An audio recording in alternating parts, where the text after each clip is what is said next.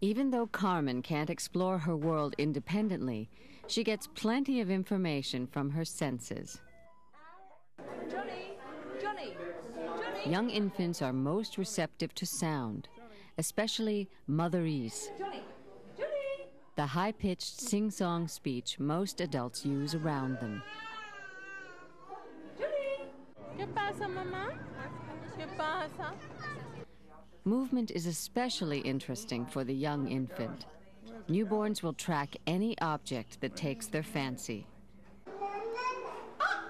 And they pay particular attention to people's faces and what they can do with them. Dad doesn't seem to mind too much. It turns out babies love faces. Shortly after birth, if you give them the option of a face versus something else, like some kind of an object, they always like to look at faces. We've shown over time that babies are particularly good at recognizing very contrasting emotions like happy versus fear or happy versus anger. But even as late as a year, they have a hard time with negative emotions like anger and fear. Perceptually, babies can tell them apart, but they'll behave the same way, whereas you and I would not. So if you look fearful, I would immediately look around the room thinking, what's making you afraid? If you look angry, I would look only at you because thinking it's specifically from you. Babies don't make that kind of distinction.